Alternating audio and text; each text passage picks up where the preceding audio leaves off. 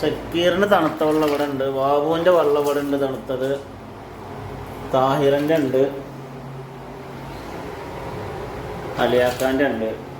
നമ്മളത് വെള്ളം മാത്രമല്ല, ആരോ എടുത്ത് കുളിച്ചിക്കണം. ബാബുവാ, തണുത്ത വെള്ളം എടുത്തിട്ട് ആരാ കുളിച്ചിക്കണ്? തണുത്ത വെള്ളം ബക്കറ്റിൽ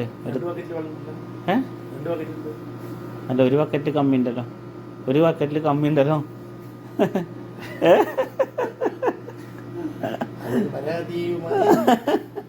ആരെ കുടിച്ചിക്കണ്? ചെങ്ങായിക്ക് പ്രവാസികളെ ഓരോ കഥ നോക്കുകയാണ്.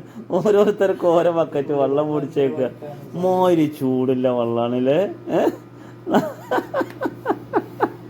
അവസ്ഥ ആലോചിച്ച് നോക്ക്. ഇതൊക്കെ ഇപ്പൊ നാട്ടിലുള്ളവർക്ക് പറഞ്ഞാൽ മനസ്സിലാകുമോ? ഇവിടുത്തെ മെയിൻ പ്രശ്നം എന്താണ്?